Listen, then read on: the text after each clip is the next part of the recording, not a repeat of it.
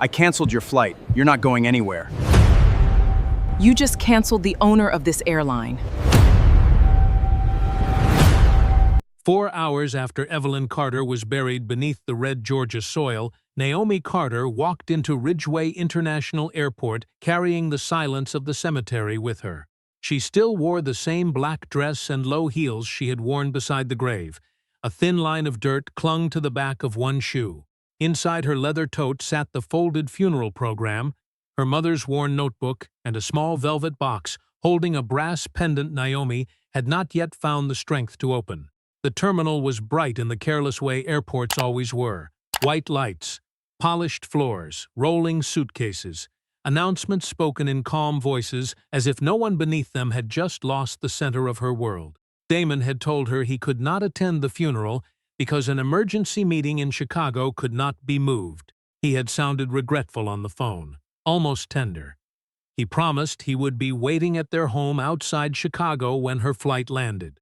Naomi had believed the promise because grief leaves little strength for suspicion. Then she reached gate B16 and saw him. Damon stood near the boarding lane in a charcoal jacket, one hand resting at the small of Vanessa Hale's back. Vanessa had a carry-on beside her, and the careful expression of a woman trying to look innocent while standing inside someone else's betrayal. Patricia Ellison stood a few feet away in a cream coat, her mouth already tightened with judgment. Travis leaned against the window with his phone in his hand. Patricia and Travis had been booked on the same flight after visiting relatives outside Fairmont. Damon had told them Naomi might create a scene over a family travel decision, and Travis had arrived prepared to record it. Damon was holding one boarding pass. Naomi stopped, and for a second, no one spoke. The noise of the gate continued around them, but the five of them seemed to stand inside a sealed room. Damon looked at her black dress, then at the dirt on her heel. He did not ask about the service. He did not ask whether she had eaten. He did not say he was sorry about Evelyn. "There's been a change," he said. Naomi looked at the boarding pass. "A change to what?" The travel account didn't have enough points to keep both seats on the last flight. His voice was smooth, almost bored. "Vanessa needs to be in Chicago early. I made the practical decision." Naomi had purchased her ticket through Carter Transit Technologies. She knew that. Damon knew it too, or should have. But he still had access to an old family travel profile she had forgotten to close. Earlier that afternoon, while Naomi stood at her mother's graveside, Damon had called Summit Atlantic Airways, claimed Naomi had authorized him to cancel her reservation, and used the released travel credit to issue a new ticket for Vanessa, before the seat returned to public inventory. He turned toward Vanessa and handed her the boarding pass. He made sure Naomi watched. "You've spent years telling everyone how capable you are," he said. "Prove it. Find another way home." Vanessa took the pass with 2 fingers. Her eyes flicked toward Naomi, then away. "There are hotels near the airport," she said. "This doesn't need to become dramatic." Patricia stepped closer and looked Naomi over from her hair to her shoes, pausing at the dirt as if grief itself were evidence of poor breeding. "Damon gave you a life most women from your background never reach," she said. "A little gratitude would have saved all of us this embarrassment." The words were quiet enough to sound polished, and loud enough for the nearby passengers to hear. Naomi felt several eyes turned toward her. She had known that look before. In hotel lobbies, at investor dinners, in offices where people asked whether she was waiting for someone before asking her name. Travis lifted his phone. The small red recording light came on. "Let people see what she's really like when she doesn't get her way," he said. Naomi did not reach for the boarding pass. She did not call Vanessa a name. She did not give Travis the reaction he had already prepared to post. She looked past all of them toward the departure screen. Summit Atlantic Airways, Flight 41 to Chicago. Boarding in 40 minutes. The same airline whose parent company had secured new operating capital that morning because Naomi had signed the final restructuring documents before sunrise. She said nothing. Damon mistook the silence for defeat. He gave Vanessa a small nod and led her toward the priority lane. Patricia followed. Travis walked backward for several steps, keeping the camera trained on Naomi until the crowd swallowed them. Naomi remained where they had left her. Then she sat near the glass, overlooking the runway. For the first time since her mother died, there were no flowers to approve, relatives to greet, or forms to sign. Nothing remained to keep grief outside her body. She looked down at the dirt on her heel and remembered standing beside the open grave while the first handful of earth struck the casket. The sound had been softer than she expected. That softness had hurt more. Damon's words returned in her own voice. Maybe privacy had taught them she had built nothing worth seeing. Maybe 16 years of saving a marriage had only made her the easiest person to erase. Her hand moved to her collarbone. Beneath the black fabric rested the brass pendant Evelyn had given her years ago. Naomi pressed it between her fingers. "Stand tall. Keep the record." The words did not remove the grief. They gave it a place to stand. Naomi drew one slow breath, wiped nothing from her face because no tears had fallen, and rose. She crossed the gate with the measured steps of a woman, no longer asking whether she belonged in the room. At the counter, Rebecca Sloane glanced up, took in the plain black dress and tired face, then looked toward the service corridor behind Naomi. "Are you part of the airport service staff, Mom?" Naomi held her gaze. "No," she said. "I'm the passenger whose name your system allowed someone else to erase." Jordan Wells took Naomi's driver's license and confirmation email, then turned toward the terminal screen. He was careful with the documents, careful with his face, careful in the way employees become when they sense. A simple problem has already gathered too many witnesses.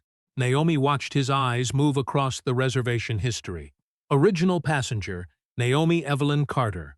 Payment method, Carter Transit Technologies corporate account. Confirmed seat. Confirmed purchase. Then, 2 hours earlier, a customer service call had canceled Naomi's reservation and applied the released credit toward a new ticket for Vanessa Hale. Jordan frowned and opened the authorization field. It was blank. "Mrs. Sloane," he said, keeping his voice low, "we should probably lock the reservation and request the call record before boarding continues." Rebecca did not answer him. She looked at Naomi instead. "Do you have proof that you're connected to the company that paid for the ticket?" Naomi held up the confirmation email again. Her full name appeared above the company address. "It's in front of you." Rebecca glanced at it, but only for a second. "Carter Transit Technologies doesn't match your husband's last name. It matches mine." Rebecca's expression tightened as though Naomi had answered the wrong question. "Does your husband normally manage the household travel accounts?" Naomi felt the pattern take shape. Damon had offered one sentence, and Rebecca had treated it like a fact. Naomi had brought identification, payment records, and the original confirmation, yet each piece of evidence only created another question. "He had old access to a shared travel profile," Naomi said. "He did not have permission to change this reservation." Rebecca lowered her voice. "You've had a difficult day. Is it possible you approved the change and don't remember?" The words were soft. That made them worse. Naomi looked at her for a long second. Grief did not alter the transaction. "Please check the record instead of diagnosing the passenger." Jordan's fingers stopped above the keyboard. Rebecca's mouth pressed into a narrow line. Before she could respond, Damon returned from the boarding lane. Vanessa remained several steps behind him, holding Naomi's boarding pass against her purse. "Is she still doing this?" Damon asked. He did not lower his voice. Several passengers turned. Rebecca immediately faced him with the patience she had not offered Naomi. Damon shook his head. "Her mother died today. She's exhausted. She gets confused when she's overwhelmed." Naomi felt something cold move through her chest. Not surprise. Recognition. Damon had spent years learning which version of her would be most useful in a room. Today he had chosen unstable. Rebecca softened her tone. "Perhaps we should find somewhere quieter and let your husband explain the booking." Then she turned to Damon. "Can you help us manage this?" Manage. The word placed Damon above her before the record had cleared him of anything.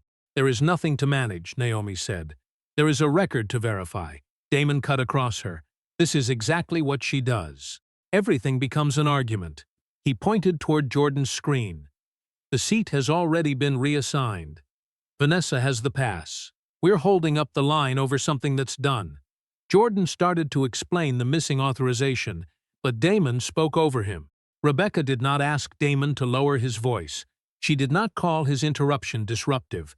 She simply nodded as if volume had strengthened his version. Naomi kept her hands still against the counter. "You are asking him what happened," she said. "You are asking me whether I understand what happened. Those are not the same questions." Silence moved through the people nearest the counter. Rebecca looked around, suddenly aware of how many faces had turned toward her. Before she could answer, a woman stepped forward from the seating area.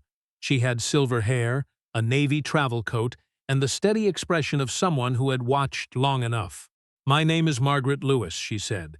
"I was standing near them when he handed over the ticket. He said he changed the reservation without her agreement." Damon looked at her sharply. Rebecca gave Margaret a practiced smile. "Thank you, Mom. We're handling it." She did not ask for Margaret's contact information. She did not enter her statement. She turned back to the screen as though the witness had added nothing.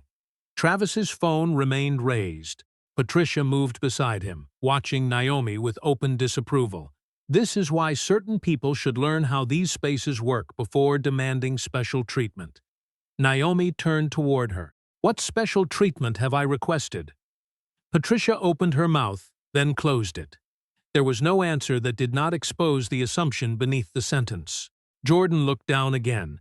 He opened a deeper layer of the reservation system, one Rebecca had not yet checked. A red banner appeared across the top of the screen. "Restricted Executive Promfalv.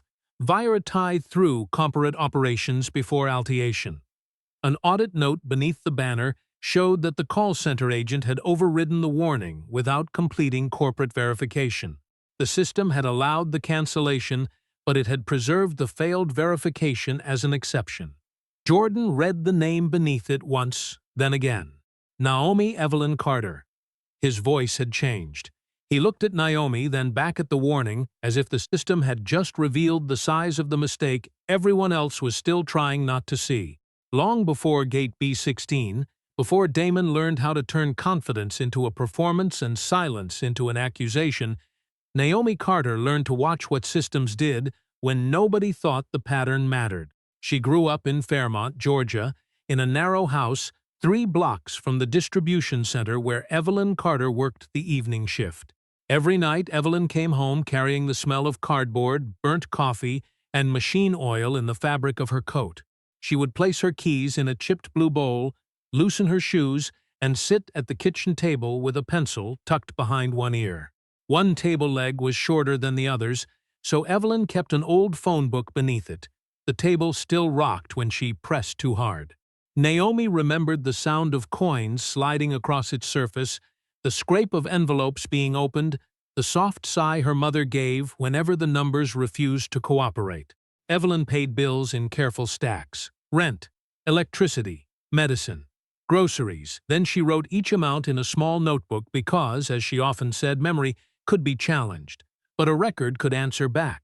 Naomi sat across from her with discarded delivery schedules gathered from the distribution center.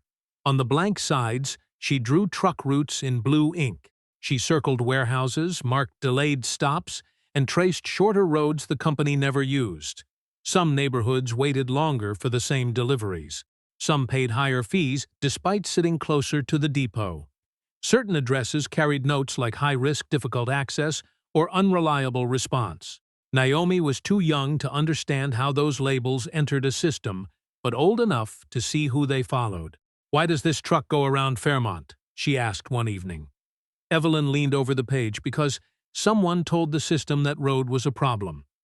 "It isn't. Then ask who benefits from calling it one." Evelyn never taught her to accept cruelty as the price of surviving it. She taught her to examine the machinery behind it. "When someone calls you difficult, ask what you actually did," she said. "When someone says it's policy, ask them to show you the line." On Naomi's 16th birthday, Evelyn handed her a small velvet box. Inside lay a brass pendant on a thin chain. It was plain, warm from her mother's hand, and worth almost nothing at a jewelry counter. On the back, 5 words had been engraved. "Stand tall. Keep the record." Naomi read them twice.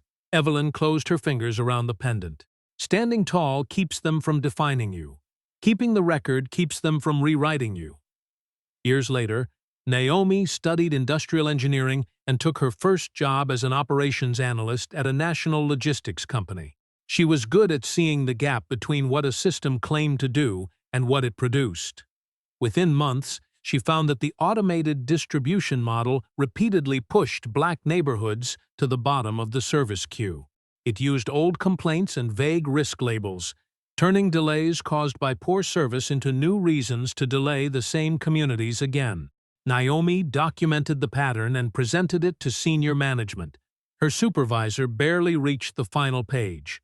"You're making a technical issue emotional," he said. Naomi looked at the charts spread between them.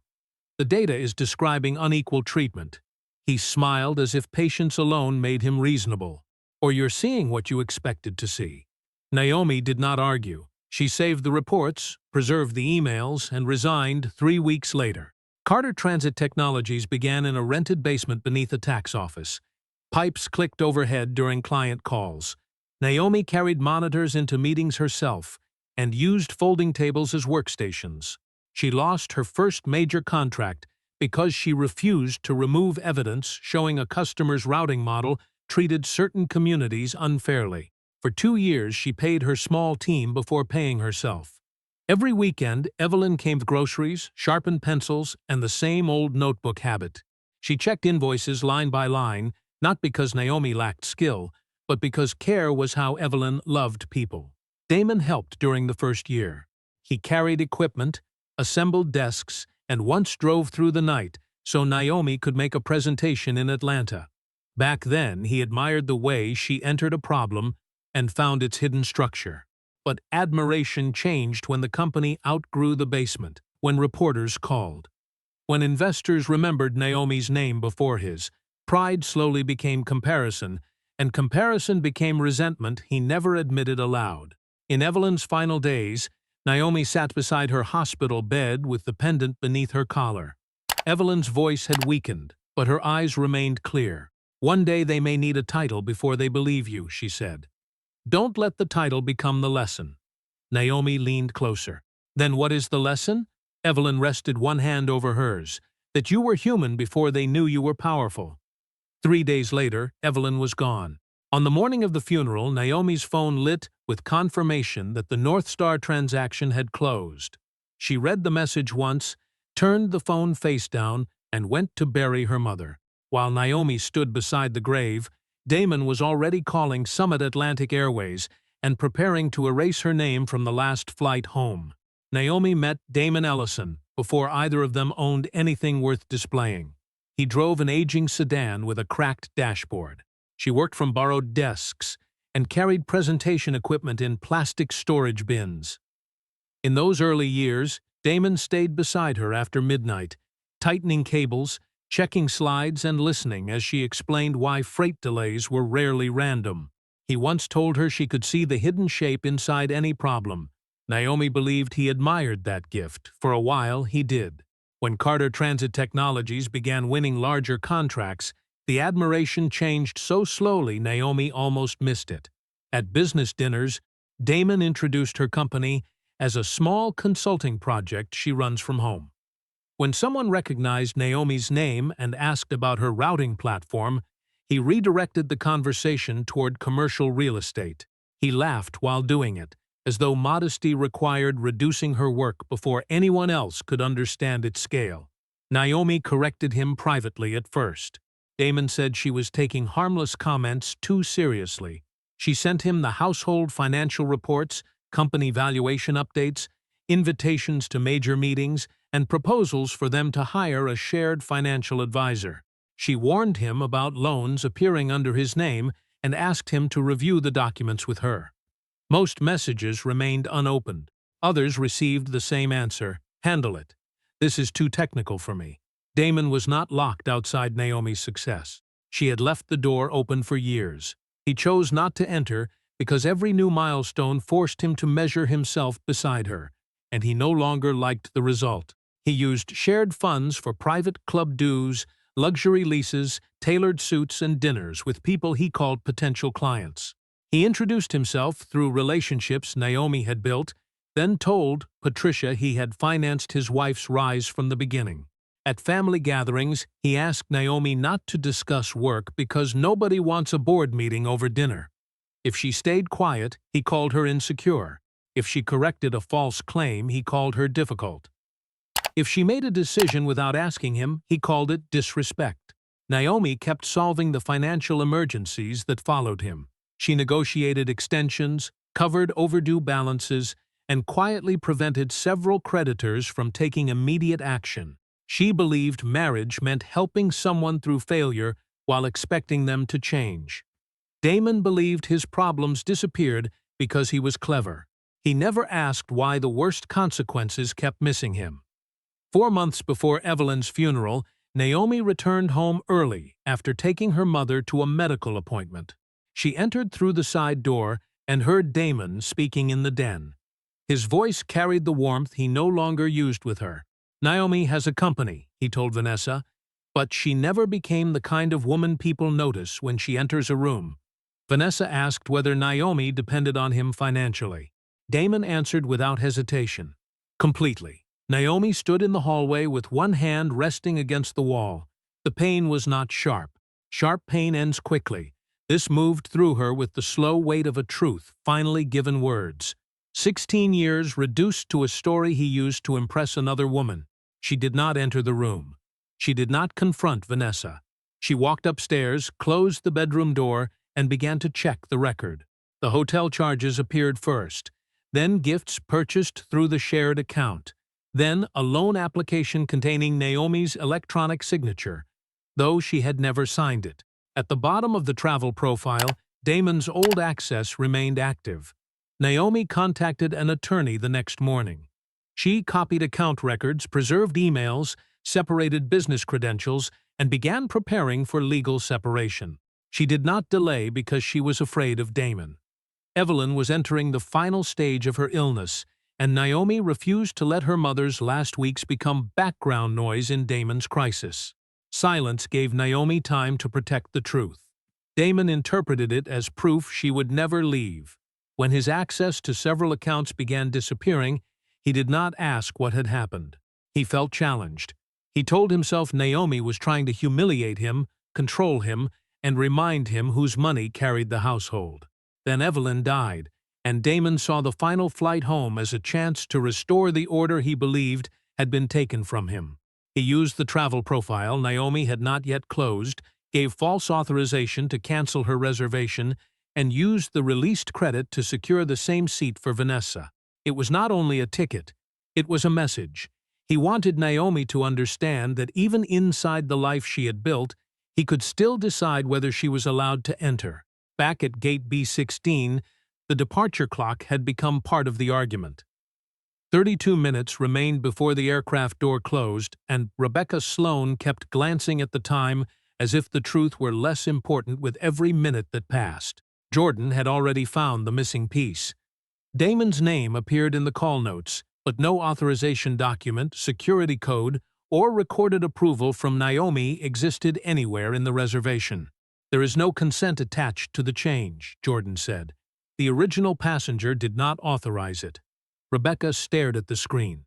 The answer should have ended the dispute. Instead, she looked toward the priority lane, where several premium passengers were watching, then toward Damon, whose expression had shifted from confidence to impatience. "We still need to consider the full situation," she said. Naomi heard the retreat inside those words. When facts became inconvenient, people often widened the question until certainty disappeared. Damon stepped closer to the counter. "She's putting pressure on your staff," he said. "This is what she does. She turns a simple issue into a confrontation." Rebecca's fingers moved across the keyboard. Naomi watched a new line appear in the internal report. "Passenger becoming confrontational during family booking dispute." The sentence sat on the screen with the clean authority of an official record. No raised voice, no threat, no obstruction, just a label. Naomi leaned slightly forward, careful not to touch the counter. "What did I do that was confrontational?" Rebecca kept her eyes on the tablet. "It's a professional assessment of the energy of the situation." Naomi felt Evelyn's old lesson rise inside her. "Ask what you did. Ask them to show the line." "Energy is not behavior," Naomi said. "Write what I said." Write what I did. Rebecca's jaw tightened. I'm not going to debate internal documentation with you. Damon interrupted before Jordan could speak. Exactly. She doesn't know when to stop. He pointed at the screen, demanded that the boarding process continue, and accused Naomi of wasting everyone's time. His voice carried across the gate. Rebecca never asked him to lower it. She did not enter his pointing, interruptions, or demands into the report. Naomi turned toward her. Why is his volume frustration, but my question confrontation? A hush moved through the people nearest the counter. Rebecca looked past Naomi toward the terminal, searching for someone whose presence could restore the authority she felt slipping.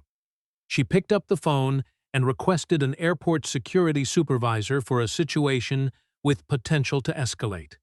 Naomi remained where she stood. Her hands were visible. Her voice had not changed. She had not blocked the line, approached Damon, or threatened anyone. What action made this a security issue, she asked. Rebecca did not answer. Damon exhaled loudly and told Vanessa they would be boarding soon. Patricia folded her arms with the satisfied stillness of someone who believed an official label had finally proved what she had always wanted to believe. Travis kept filming. Jordan looked from the camera above the counter to the transaction history, then to Rebecca's report. If he stayed silent, the official version would say Naomi became confrontational, security responded to her behavior, and the unauthorized cancellation was merely a family misunderstanding. She has not been confrontational, Jordan said. His voice was calm, but it carried. The reservation was changed without authorization. That is what the system shows. Rebecca turned sharply.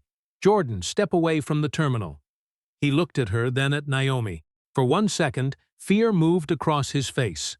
Not fear of the passengers. Fear of the employee file, the supervisor note, the quiet consequences that followed people who refused to support the version chosen above them. He did not argue. He printed the expanded transaction history, folded it once, and stepped away from the station. At that moment, Denise Holloway approached from the concourse, moving quickly with an operations badge clipped to her jacket. Jordan met her before Rebecca could redirect the conversation and handed her the printout. Vanessa, meanwhile, opened the Summit Atlantic app linked to the printed boarding pass Damon had handed her. A yellow banner had appeared across the digital ticket, Original Traveler Disputes Authorization. She stared at it, then looked at Damon. Did she actually agree to this? Damon's eyes hardened. That is not your concern anymore. Vanessa looked down at the pass in her hand. Until then, she had treated it like a prize, proof that Damon had chosen her. Now it felt different, not like a ticket, like evidence. Denise read the printed history without speaking. Her eyes moved from the missing authorization to the restricted profile warning, then to the executive verification code attached to Naomi's name. Before asking another question, Denise used her radio to cancel the security request, stating that no threatening behavior had been observed. She looked up. Miss Carter, she said carefully, were you supposed to join the North Star transition call this morning? Damon heard the name North Star. He knew it from business news, financing reports, and the airline restructuring everyone in Chicago had been discussing. His smile vanished before he could stop it. Denise Holloway did not react in front of the gate. That was the first sign she understood the seriousness of what she had read. She asked Jordan to remain near the counter, then guided Naomi to a quiet service alcove separated from the boarding area by a glass partition. Through it, Naomi could still see Damon standing beside Patricia, Travis holding his phone, and Vanessa staring at the warning on her invalid ticket. Denise lowered her voice. I need to verify your identity through corporate operations. Naomi nodded. You should. There was no triumph in her tone, only fatigue sharpened by discipline. She entered an executive security code into Denise's tablet, then provided a second verification phrase known only to the North Star transition team. Denise connected to the corporate line. Helen Brooks answered within seconds. Her face appeared on the secure screen from a conference room in Chicago. Behind her, several closed folders bore the North Star Aviation Group seal. Naomi, Helen said, relief giving way to concern. We expected you on the transition call this morning. My mother was buried today, Naomi replied. Helen's expression softened. I'm sorry. Then Denise explained the reservation change, the missing authorization, the internal label, and the call for security. Helen listened without interrupting. When Denise finished, she confirmed each fact carefully. The $450 million investment had closed at 8 that morning.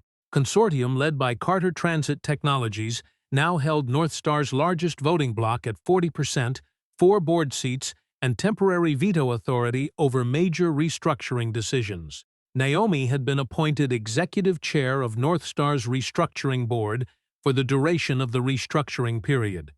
Summit Atlantic Airways operated under North Star. The transaction had preserved the airline's fleet renewal program and prevented planned reductions across several regional routes.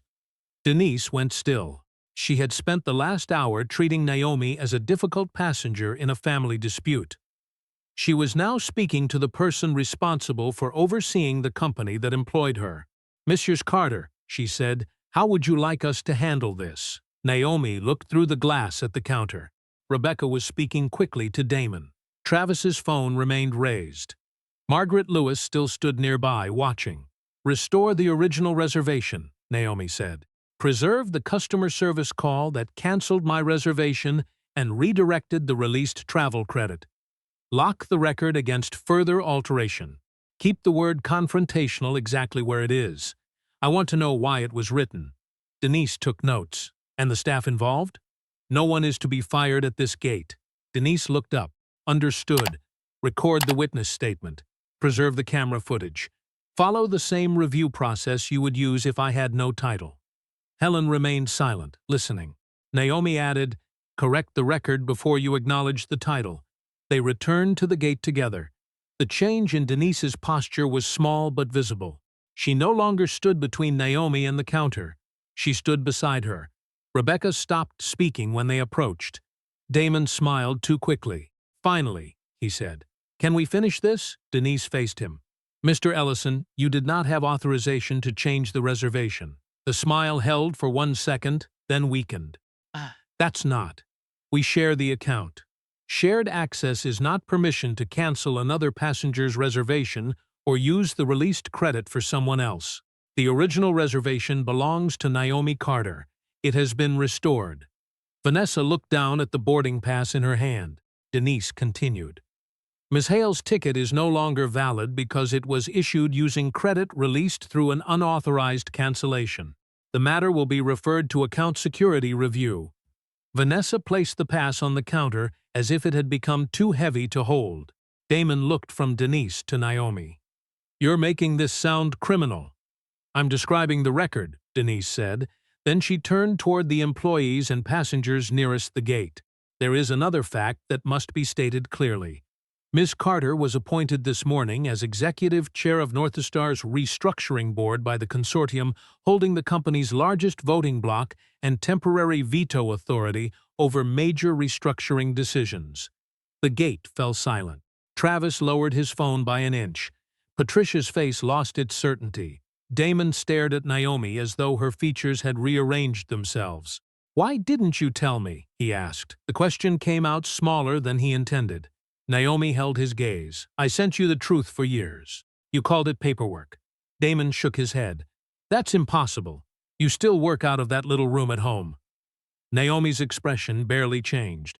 The room was small. The work was not. Denise turned toward her. "Miss Carter, on behalf of Summit Atlantic, I apologize that we failed to recognize." Naomi stopped her gently. "My title explains why everyone is nervous now. It does not explain why my ticket should have mattered before you knew it." No one moved. The sentence settled over the gate with more force than any threat.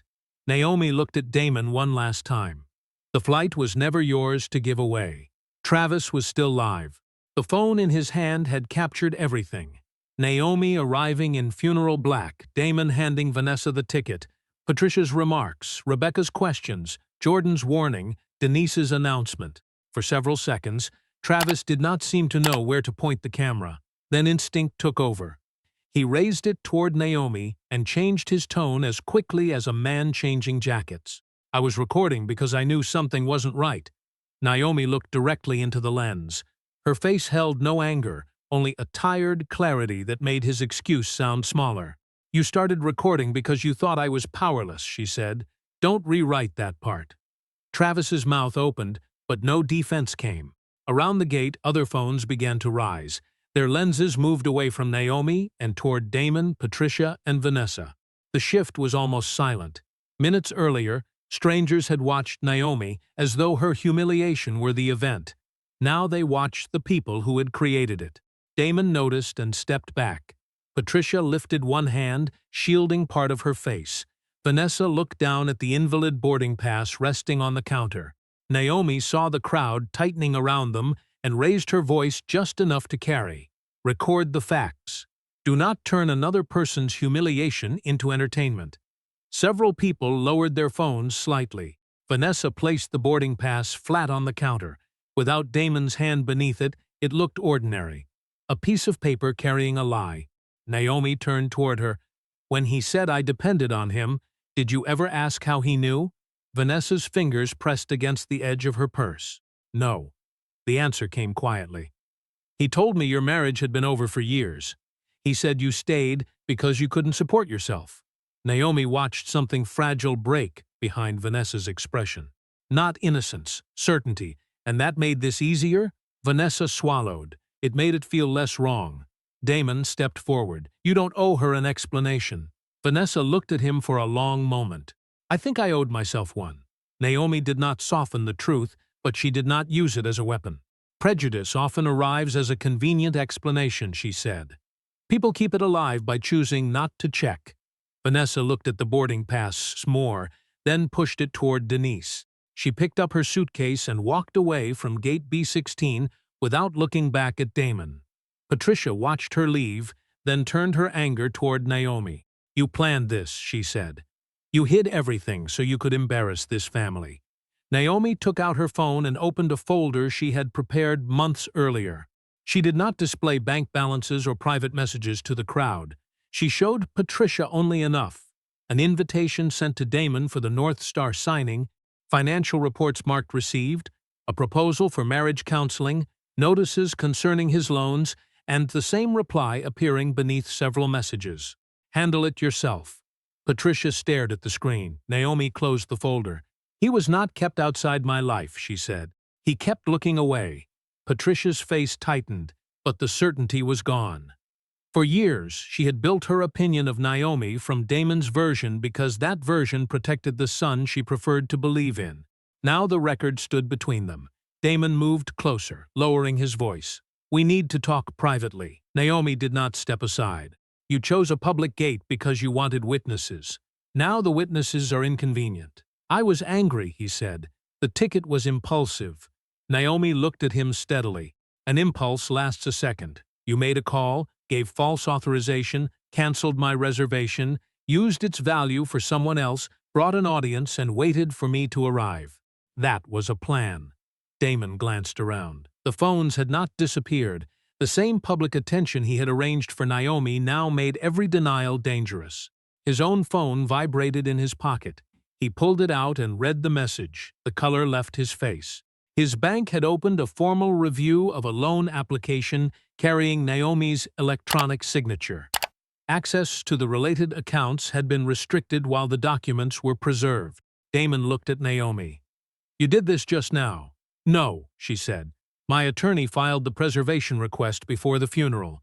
The consequences had begun before Damon knew Naomi was no longer protecting him. Behind the counter, Denise picked up the invalid ticket and placed it inside an evidence envelope. Travis finally ended the live stream. The screen went dark, but the record remained. Naomi joined the emergency North Star board call from a private operations room overlooking the runway. The room was narrow, windowless on one side with a long table, a speakerphone, and a wall monitor showing 12 faces from offices across Chicago, Atlanta, and Dallas. Most of them had already assembled for the North Star transition meeting Naomi had missed that morning, allowing Helen to reconvene the group within minutes. Helen Brooks sat at the center of the main screen. Denise stood near the door. Jordan waited outside until he was invited in.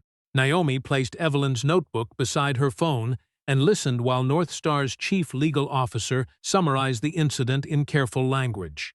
Then one director leaned toward his camera and said, This appears to be a private marital dispute that spilled into airport operations. Naomi looked at him. The marriage explains who changed the ticket, she said. It does not explain why your employees believed him before checking me. No one answered. Helen asked Jordan to enter. He sat at the far end of the table, still wearing his gate uniform, his hands folded tightly enough to whiten his knuckles. He had never spoken to a corporate board before. Naomi saw the fear in the way he glanced at Denise, then at the camera. "Tell them what happened in order," she said. "Only what you saw." Jordan took one breath. Jordan walked the board through the record: Naomi's valid reservation, Damon's unauthorized cancellation, the unequal questioning, the unsupported confrontational label, the ignored witness, and the security call made before the transaction history had been fully reviewed. The board listened in silence. Rebecca joined from another room at the airport. Her face looked pale beneath the fluorescent light. "I was trying to keep the flight from missing its departure window," she said. "I had multiple premium passengers waiting, and the situation was becoming difficult." Naomi leaned forward slightly. Why did efficiency require the black woman with the valid record to surrender, rather than the man with no authorization to explain himself? Rebecca opened her mouth, then stopped. The silence lasted long enough to become an answer. Helen broke it. "Naomi, do you want the entire gate team suspended immediately?" Naomi looked toward Jordan, then at Rebecca's face on the screen. Anger would have made the decision easy. Evelyn had taught her to be suspicious of easy decisions made under pressure. "No," Naomi said. "A fair system cannot begin with punishment before review, even when I am the person who was harmed."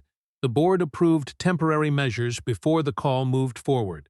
Rebecca would be removed from direct passenger contact during the investigation. Jordan would receive formal whistleblower protection. Camera footage, audio, booking records, call logs, and internal notes would be preserved. An outside organization would review the incident. Any behavior report would have to be matched against observable actions. Summit Atlantic Flight 41SEM would be delayed 20 minutes while the passenger list was corrected. Then Naomi opened a file Helen had sent during the call. It contained 3 older complaints. In the first, a black passenger had been labeled aggressive, but the report listed no threatening action. In the second, a passenger was called uncooperative because he asked why his seat had been changed. In the third, a woman was marked unsafe, though the record showed no threat, only repeated requests for a supervisor. Naomi placed the reports side by side on the screen. "The problem is not one word," she said. "The problem is how quickly the word becomes permission to stop listening." Several directors looked down. This was no longer Gate B16. It was a pattern, and patterns could not be dismissed as misunderstandings without someone deciding not to see them. Helen asked whether Naomi intended to cancel the North Star investment. Naomi looked through the small window in the door. Beyond it, passengers were still waiting to board. Most of them would never know how close the airline had come to calling the whole event a family matter and moving on. "The next funding release will be paused for 30 days, she said. North Star will reopen comparable complaints, replace subjective labels with observable conduct, publish the audit findings, and show measurable reform before the money moves." The legal officer began writing. One director warned that public disclosure could damage the company. Naomi's voice remained calm. "The damage already exists. Disclosure decides whether we hide it or repair it." She closed the file. "Walking away would protect my company. Fixing this may protect people whose names will never trigger an executive alert." For the first time since the call began, no one tried to reduce the incident to a misunderstanding. When the meeting ended, Margaret Lewis completed a witness statement and provided her contact information. Naomi then boarded Flight 41C under the reservation that had carried her name from the beginning, taking the seat Damon had never possessed the right to give away. 3 weeks after Gate B16, Damon stepped out of his office and found his silver luxury sedan being lifted onto a recovery truck.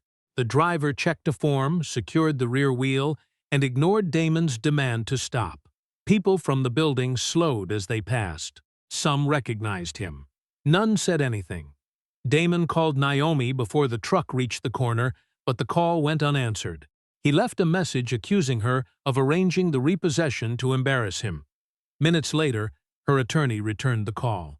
The lease had been overdue for several billing cycles. In the past, Naomi had quietly covered the shortage before the lender took action. This time she had not. The car was taken not because Naomi had intervened, but because Damon had failed to pay for it. That distinction did not comfort him. For years, he had confused avoided consequences with personal skill. Now every unpaid obligation arrived carrying its real name. 2 days later, his company's compliance office requested a meeting. The review began after Carter Transit formally notified Damon's employer that he had no authority to promise access to its contracts or use Naomi's name in business dealings. Compliance officers then compared that notice with his client expenses and the financial representations attached to the disputed loan. Investigators found dinners with Vanessa listed as partner development, personal gifts coded as client retention, unexplained transfers, and several introductions in which Damon had implied he could influence Carter Transit contracts. He had borrowed Naomi's reputation without telling her, then presented the access as his own. The company suspended him while the review continued. Damon left the meeting carrying a cardboard box that looked too small for the career he had spent years describing as important. The house felt different when he returned. Naomi had not emptied it. Under a temporary property agreement prepared by both attorneys, only her separate business equipment and items documented as individually owned had been removed. Her artwork and business equipment were gone. The rooms remained large, but without Naomi's work and quiet maintenance, they looked unfinished. Standing in the living room, Damon finally understood how much silence she had been filling. Patricia arrived that evening and walked slowly through the house. She asked where the dining room artwork had gone, then where the sound system was, then why the utility account showed a past due notice. Damon tried to explain, but each answer opened another question. Patricia learned that several family trips she praised Damon for arranging had been covered when Naomi paid the balances. The anniversary dinners, the club fees, the gifts Damon brought to her house. Many had survived only because Naomi quietly repaired the accounts afterward. Patricia sat at the kitchen island with both hands around an untouched cup of coffee. Her disappointment did not make her kinder, but it finally made denial harder. Travis deleted the live stream from his profile. He told himself that removing it erased his part in what happened. By then, copies had been preserved by North Star investigators, Naomi's attorney, and several witnesses. The video no longer belonged to his version of the story. Weeks later, Damon met Naomi in her attorney's office. He looked smaller without the tailored jacket and expensive watch. Not physically smaller, stripped of performance. He admitted that Naomi's success had made him feel invisible. Every time someone praised her, he heard a judgment about himself. Vanessa had made him feel admired without asking him to become better. Naomi listened without interrupting. She could see the shame beneath his excuses, but understanding its source did not require accepting its target. "Your fear explains why you felt wounded," she said. "It does not excuse why you chose me as the place to put the wound." Damon leaned forward.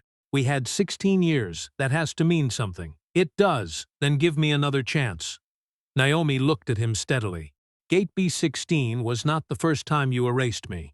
It was the first time enough people watched." Damon lowered his eyes. He called the ticket change a mistake made during anger. Naomi's voice stayed calm. "A mistake is taking the wrong bag. You called, lied, canceled my reservation, redirected its value, and invited an audience. That was a choice." The separation agreement placed responsibility for Damon's personal loans where it belonged. He signed after reading the final page twice. His hand hesitated above the line, as if waiting for Naomi to rescue him one more time. She did not. After he left, Naomi remained with her attorney for several minutes. She admitted that she had once believed protecting Damon from consequences was another form of protecting the marriage. She had called it loyalty because that word hurt less than enabling. Now she understood that help without boundaries could become a shelter where another person avoided growing. When Naomi stepped outside, the afternoon air was cold and clean. Her fingers touched Evelyn's brass pendant beneath her coat. For years she had reached for it when she needed strength to rise. This time she simply let it rest against her skin. She did not need help standing. She had been standing for a long time. 10 months after Gate B-16, North Star Aviation Group completed the independent review Naomi had demanded. The final report ran hundreds of pages, but its most important finding fit into one sentence. What happened to Naomi had not been rare. Investigators reopened 1,400 passenger complaints filed across Summit Atlantic Airways during the previous 5 years. Using preserved video, voluntary demographic information, passenger interviews, and independently coded complaint records, investigators found that black travelers had been labeled aggressive, confrontational, or unsafe, at a higher rate than other passengers in comparable situations. Many reports contained no specific action, no quoted threat, no timestamp, no witness, only a conclusion written after an employee had stopped listening. In several cases, camera footage contradicted the official account. Passengers who asked why a seat had changed were recorded as uncooperative. People who requested a supervisor were described as escalating. The report did not accuse every employee of deliberate cruelty. It showed something more difficult to dismiss. A system had made unequal judgment easy and correction inconvenient. Rebecca Sloan's case was reviewed separately. Gate B-16 was not her first uneven decision. Earlier complaints showed the same pattern. She demanded additional proof from black passengers while accepting verbal explanations from others. She used subjective labels where observable conduct should have appeared. North Star removed her from supervision. After training and an independent evaluation, she moved into a role without authority over passenger disputes. Months later, Naomi received a handwritten apology. Rebecca did not blame pressure, timing, or Damon. She wrote that she had looked at Naomi's clothing, grief, and race before she looked at the record. Naomi read the letter twice. Her reply was brief. "I accept your apology. Forgiveness does not require forgetting how the system failed." Jordan Wells joined Summit Atlantic's process improvement team. The promotion notice made one fact clear. He was not chosen because he recognized Naomi's title. He was chosen because he protected an accurate record before knowing whether doing so would help or harm his career. Denise Holloway led the rollout across every Summit Atlantic airport. New incident reports required exact words, observable actions, time, witnesses, and supporting evidence. Terms such as aggressive, confrontational, and unsafe could not be submitted without a specific behavioral description. The change did not make prejudice disappear. It made prejudice harder to hide inside polished language. On Evelyn Carter's birthday, Naomi returned to Fairmont. The old distribution center still carried traces of the place her mother had known. Faded dock numbers, worn concrete, the faint smell of oil trapped in the walls. One wing had been rebuilt with classrooms, computer stations, and a workshop overlooking the loading yard. Above the entrance, a new sign read Evelyn Carter Transit Fellowship. The program served adult women entering logistics, transportation, and supply chain management. They learned to read contracts, manage business accounts, preserve workplace records, negotiate terms, protect data, build companies, and recognize bias hidden inside hiring scores and performance reviews. Naomi did not present herself as someone who had conquered every hardship. She told them that for years she had confused endurance with responsibility and rescue with love. Then she handed each participant a small metal card engraved with the words Evelyn had given her: "Stand tall. Keep the record." One woman asked what the phrase meant. Naomi answered in a single sentence: "Standing tall protects your dignity. Keeping the record protects the truth." That evening, Naomi boarded a Summit Atlantic flight home. She traveled alone, carrying one bag, wearing a navy coat and Evelyn's brass pendant beneath it. No executive team met her at the gate. No announcement carried her name. She presented her boarding pass like every other passenger. The young gate agent checked the screen, looked at her identification, and said, "Thank you, Ms. Carter," in the same tone she had used with the traveler before her. A few minutes later, another passenger approached with a booking problem. The reservation showed a recent change. The passenger's voice tightened with worry. The agent did not describe the person as difficult. She did not ask a companion to manage the conversation. She did not reach for security. She opened the transaction history and checked what had happened first. Naomi watched from a nearby seat and said nothing. She did not need the employee to know who she was. That was the point. When boarding began, Naomi took her window seat. The aircraft rolled toward the runway, gathered speed, and lifted above Georgia. Fairmont narrowed below her into roads, rooftops, and warehouse lights. She opened her hand and let Evelyn's pendant rest in her palm. Once, those words had helped her stand after others tried to erase her. Now they belonged to a larger story. The airline changed after learning Naomi Carter had power. The victory came when it learned no passenger should need power to be treated as human.